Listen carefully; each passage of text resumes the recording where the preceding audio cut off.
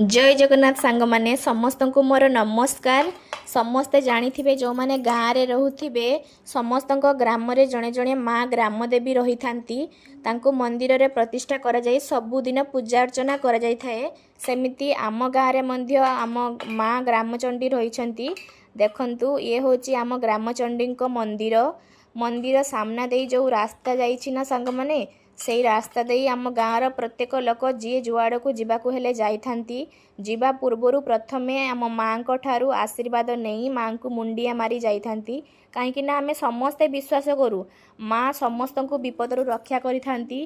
तांको पणत कानी रे आम समस्त को घंट घड़े रखी थांती। मु भी विश्वास करे आम ग्रामचंडी को बहुत विश्वास करे बहुत माने समस्ते मध्य मानी थांती। सत कथा आज्ञा देखंतु आम ग्रामचंडी मंदिर माँ जेमिति समस्त को अनै रही समस्त को विपदरू रक्षा करने देखंतु ये होची आम माँ को मंदिर। ए माँ को देखिले सत्य जेमिति लागे माँ सतरे आम पाखरे रही।